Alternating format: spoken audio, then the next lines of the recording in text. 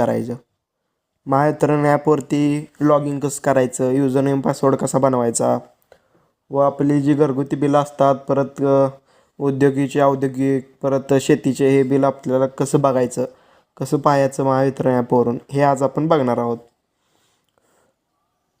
तर व्हिडिओ शेवटपर्यंत पाहत राहा व आमच्या चॅनलला सबस्क्राईब करा, शेअर करा आणि व्हिडिओ कसा वाटतोय तो कमेंट्समध्ये कळवा. तर चला व्हिडिओ सुरू करू. तर सर्वप्रथम तुम्हाला प्ले स्टोअर उघडायचं आहे. प्ले स्टोअरमध्ये महावितरण